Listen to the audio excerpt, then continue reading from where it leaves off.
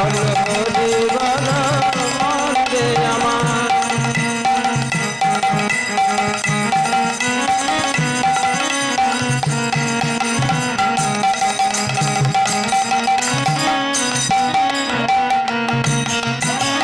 চলো চলো নয়নে হাসি মাখা বদনে, চলো চলো নয়নে হাসি মাখা বদনে, আনন্দ কাননে মন, আনন্দ কাননে মন, চলো অনিবা হরি বল হরি বল হরি বল মনে হরি বল হরি বল মনে আমার, হরি বল হরি বল মনে আমার।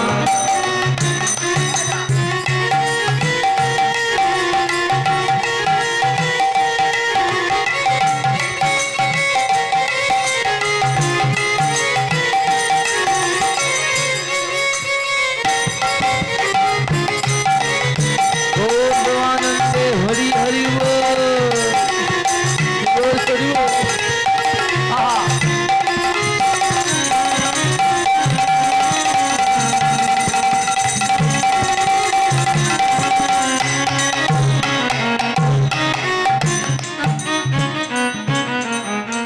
গতি নাই গতি নাই হরি নাম ছাড়া, কণ্ঠ ভরিয়া গাও হয়ে আত্মহারা।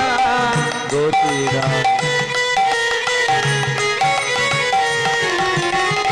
গতি নাই গতি নাই এই গতি ছাড়া কণ্ঠে কোনো নমস্ত হয় বিহারা। গতি নাই গতি নাই হরি নাম ছাড়া, কণ্ঠ ভরিয়া গাও হয়ে আত্মহারা। ওই নাই গতি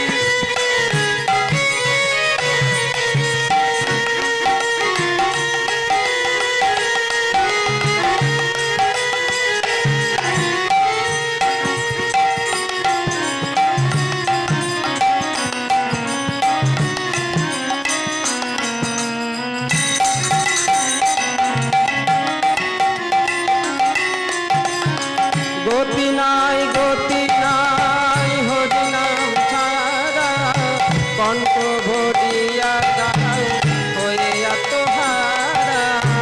ওই দেখো তোমার বন্ধু করিতেছে ভব সিন্ধু, ওই দেখো তোমার বন্ধু করিতেছে ভব সিন্ধু। বিন্দু আশা তুমি করিও না আমার। হরি বল মনে রে আমার। হরি বল মনে রে আমার। হরি বল হরি বল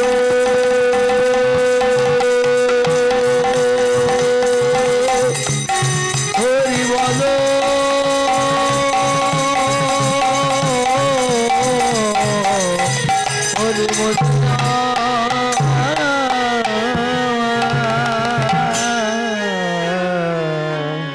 মাধব আমার হরিনাম করতে করতে কৃষ্ণ নাম করতে করতে পুরী ধামে এসে পৌঁছালেন।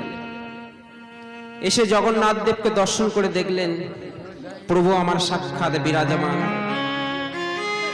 সিংহাসনে বিরাজ করছেন আমার জগন্নাথ প্রভু। জগন্নাথের চরণে নিজেকে আত্মসমর্পণ করলেন এবং জগন্নাথকে প্রণাম করলেন। সারাদিন উপবাস ছুটতে ছুটতে এসেছে সেই জগন্নাথ ধামে।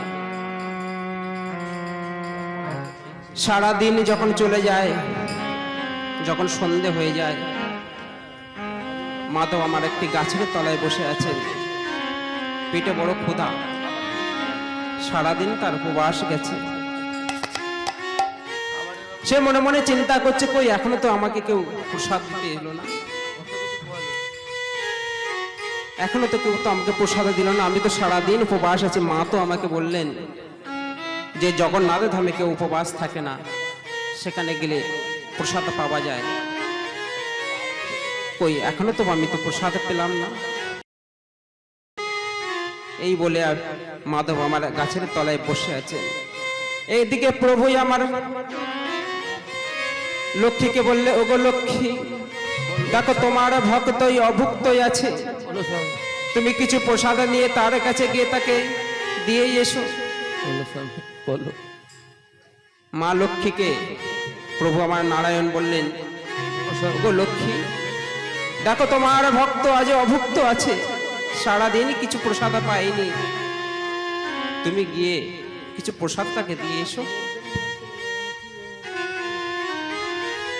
মা লক্ষ্মী আমার কি করলেন, যখন অর্ধেক রাত্রি, তখন মায় আমার কি করলেন, একটি স্বর্ণের থালা করে কিছু প্রসাদ নিয়ে মাধবের কাছে আসলেন। দেখলেন যে মাধব আমার ঘুমিয়ে পড়েছে গাছের তলায়, ক্লান্ত হয়ে সেখানে ঘুমিয়ে পড়েছে। মায় আমার এসে ডাকলেন, ওরে মাধব, সারাদিনে তুই তো উপবাস আছিস, সারাদিনে তোর বদনে কিছু পড়েনি, ওরে ওড বাবা, তুই কিছু সেবা করে নে। এই বলে যখন মায় আমার মৃদু স্বরে মাধবকে ডাকছে, মাধব আমার চোখ মেলে তাকিয়ে দেখলেন সাক্ষাৎ দেবী যেন সম্মুখে দাঁড়িয়ে আছে। মা, ও মা, তুমি এসেছো? মা, তুমি এসেছো? তুমি এসেছো, দাও দাও প্রসাদ দাও। আমি সেই সারাদিন বসে আছি, কখন মা আসবে, কখন আমি প্রসাদ পাবো, তুমি আমায় প্রসাদ দাও, আমি সেবা করি। এই বলে মাই আমার মাধবের হস্তে সেই প্রসাদের থালাখানি তুলে দিলেন, বললেন, ওরে মাধব, তুই প্রসাদের সেবা কর, আমি কিছুক্ষণ পরে এসে সেই থালায় আমি নিয়ে যাব।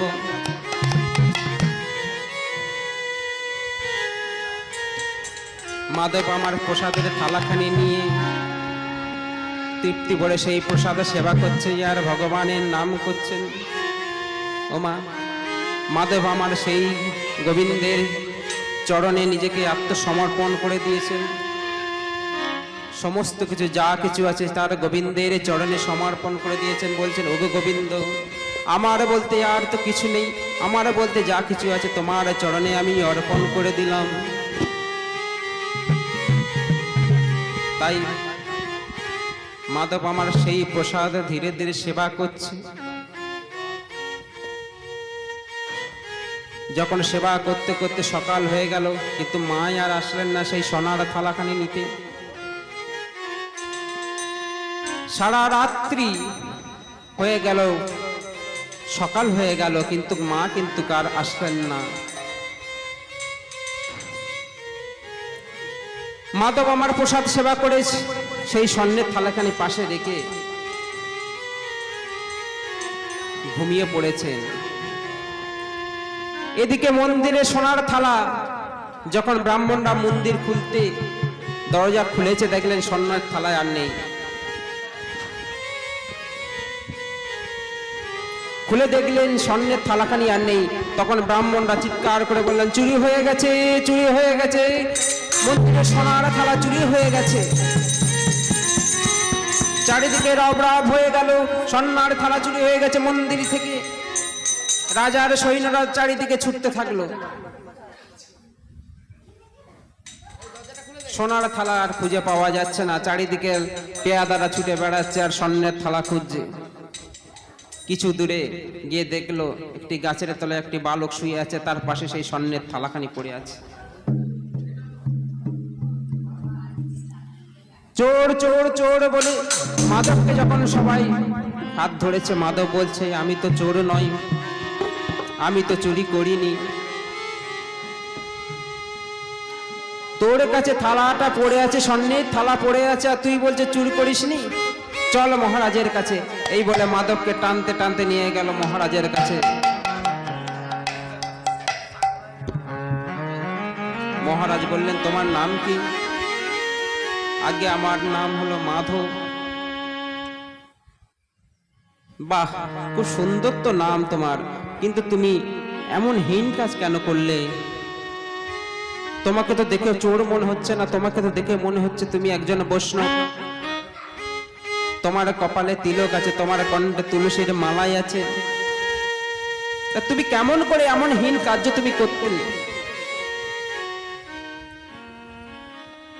মহারাজ, আমি চুরি করিনি মহারাজ, আমি চুরি করিনি। আমার মা এমন শিক্ষা দেয়নি যে পরের দ্রব্য চুরি করব, হরণ করব, সেই শিক্ষা আমি পাইনি। তুমি চুরি করনি, তবে তোমার কাছে স্বর্ণের থালা কেমন করে এলো? আমার কাছে এমন স্বর্ণের থালা এলো কেমন করে? আমার কাছে স্বয়ং মা আমার এই থালা করে প্রসাদ দিয়েছেন। এই কথা শুনে মহারাজ চিন্তা করছেন, স্বয়ং মা তাকে দিয়েছে, এ তো অসম্ভব। কেমন করে হতে পারে? মা কেমন করে স্বর্ণের থালা নিয়ে গিয়ে তাকে প্রসাদ দেবে? শোনো মাধব, আমার রাজসভায় কোনো মিথ্যা কথা চলে না। তুমি মিথ্যা বলছো, তুমি সত্যি কথা বলো। তুমি স্বর্ণের থালা কেন চুরি করেছো? তোমার যদি কিছু করি লাগে তা আমি দিচ্ছি, কিন্তু তুমি সত্যি কথা বলো। মহারাজ, মহারাজ, আমি তো চুরি করিনি মহারাজ, আমি সত্যি বলছি মহারাজ, আমি চুরি করিনি।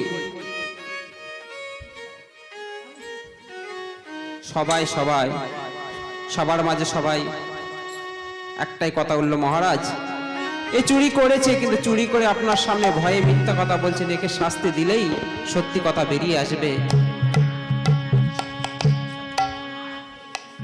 তখন মহারাজ বললেন, একে আজকে রাতটুকুনি কারাগারে নিক্ষেপ করি, সকালে এর বিচার হবে। আজকে রাত্রে একে কারাবাসে রাখি, তারপরে সকালে একে বিচার হবে। এই বলে মাধবকে কারাগারে নিক্ষেপ করলেন। এদিকে প্রভুই আমার রাত্রে বেলা মহারাজকে স্বপ্নে দিলেন, ওহে মহারাজ, ওহে মহারাজ, তুমি এমন হীন কার্য কেমন করলে, কেমন করে করলে? তুমি আমার পরম ভক্ত মাধবকে তুমি চিনতে পারলে না? তুমি আমার পরম ভক্ত মাধবকে তুমি চিনতে পারলে না, তুমি তাকে কারাগারে নিক্ষেপ করেছো। এর জন্য তোমাকে শাস্তি পেতে হবে। মহারাজ ভগবানের চরণে নিবেদন করে বললেন, ভগবান, আমি তো জানতে পারিনি, আমি বুঝতে পারিনি প্রভু, আমি এক্ষুনি আমার মাধবকে আমি ছেড়ে দিচ্ছি। এই বলে মহারাজ ছুটতে ছুটতে চললেন কারাগারের এদিকে। ওরে মাধব, আমি না জেনে তোর চরণে আমি কতই অপরাধ করেছি, কত অপরাধ করেছি, তুই আমার নিজ গুণে ক্ষমা কর। এই বলে ছুটতে ছুটতে চলেছে। আরে কে আছিস, কে আছিস, এক্ষুনি যা কারাগারের দরজা খুলে দে, আমি অপরাধ করেছি, আমি অন্যায় করেছি। একজন কৃষ্ণ ভক্তকে, একজন জগন্নাথ ভক্তকে আমি শাস্তি দিয়ে কারাগারে রেখে আমি বড় অপরাধ করেছি, ক্ষমা করো, ক্ষমা করো বলে মাধবের চরণে লুটিয়ে পড়ে। তুই আমায় নিজ গুণে ক্ষমা করে দে বাবা, তুই আমার নিজ গুণে ক্ষমা করে দে। আমি আর এমন অপরাধ আমি আর কোনোদিন করবো না। আমি আর কোনোদিন কৃষ্ণ ভক্তকে, কোনো বৈষ্ণবকে আমি আর শাস্তি দেব না। এই বলে মাধবকে ছেড়ে দিলেন।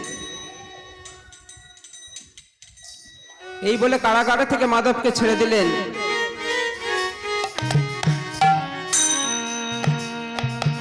মাধব আমার জগন্নাথ পুরী ধামে সেখানে ভিক্ষা করে খায়, যেদিন পায় খায়, সেদিন যেদিন না পায় সেদিন অনাহারে যায়। তবু সে গোবিন্দের চরণ, সে জগন্নাথের চরণ কিন্তু ছাড়তে রাজি নয়। সে কেমন ভাবে জগন্নাথকে পেয়েছিলেন? অনেক গভীরে তিনি প্রবেশ করেছিলেন, যেখানে পাওয়া যায়, যে গভীরে প্রবেশ করলে মুক্ত পাওয়া যায়, সোনা পাওয়া যায়, অতল তলে তিনি প্রবেশ করেছিলেন। অতল তলে প্রবেশ করার পরেই তো সে গোবিন্দকে, জগন্নাথকে পেয়েছিলেন, সোনা পেয়েছিলেন। তাই আমরা ভগবানকে ডাকতে গেলে গরুর চরণ আশ্রয় করে অতল সমুদ্রে আমাদেরকে পাড়ি দিতে হবে, অতল সমুদ্রে আমাদেরকে ডুব দিতে হবে। কেমন ভাবে?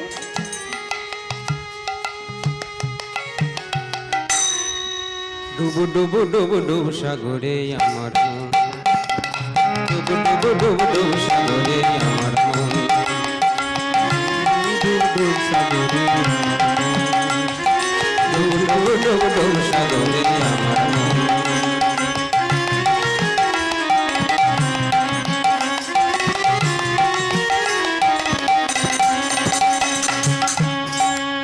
তলাতল পাতাল কইলে, তলাতল পাতাল কইলে পাবি রে প্রেম রত্ন ধন, পাবি রে প্রেম রত্ন ধন। ডুব ডুব ডুব ডুব সাগরে আমার মন, ডুব ডুব ডুব ডুব সাগরে আমার মন, ডুব ডুব ডুব সাগরে আমার মন।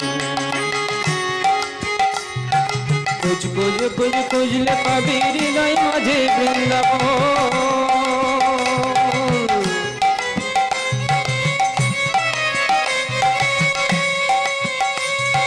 খোঁজ খোঁজ খোঁজ খুঁজলে পাবি হৃদয় মাঝে বৃন্দাবন। দিব দিব দিব জ্ঞানের বাতি, জ্ঞানের বাতি, দিব দিব জ্ঞানের বাতি, ডুব জ্ঞানের বাতি, হৃদে জ্বলবে অনুপম। ডুব ডুব ডুব ডুব সাগরে আমার মন, ডুব ডুব ডুব ডুব সাগরে আমার মন। ডুব ডুব ডুব ডুব সাগরে আমার মন।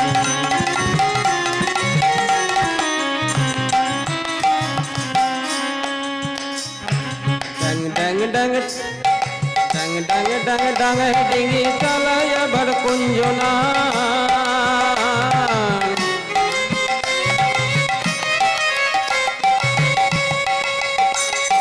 ডাং ডাং ডাং ডাং ডিঙি চালায় আবার কুঞ্জনা। কুবের বলে শোন শোন শোন, কুবের বলে শোন শোন শোন। ধর গুরুর শ্রীচরণ, ধর গুরুর শ্রীচরণ। ডুব ডুব ডুব ডুব সাগরে আমার মন, ডুব ডুব ডুব ডুব সাগরে আমার মন, ডুব ডুব ডুব ডুব সাগরে আমার মন। তলাতল পাতাল খুঁজলে, তলাতল পাতাল খুঁজলে পাবি রে প্রেম রত্ন ধন,